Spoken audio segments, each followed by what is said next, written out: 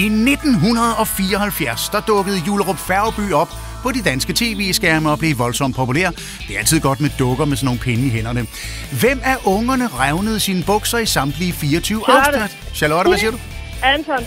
Anton er det rigtige svar. Du får en af dem her.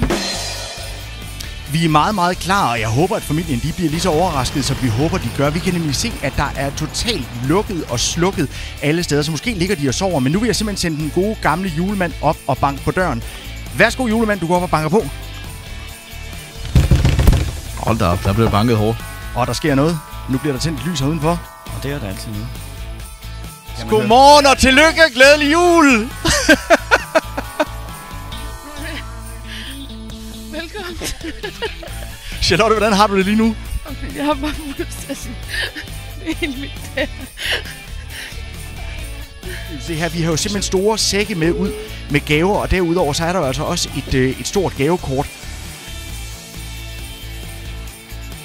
Rigtig glædelig jul. Tak, og i lige måde til alle. Jeg håber virkelig, alle de får en fantastisk jul.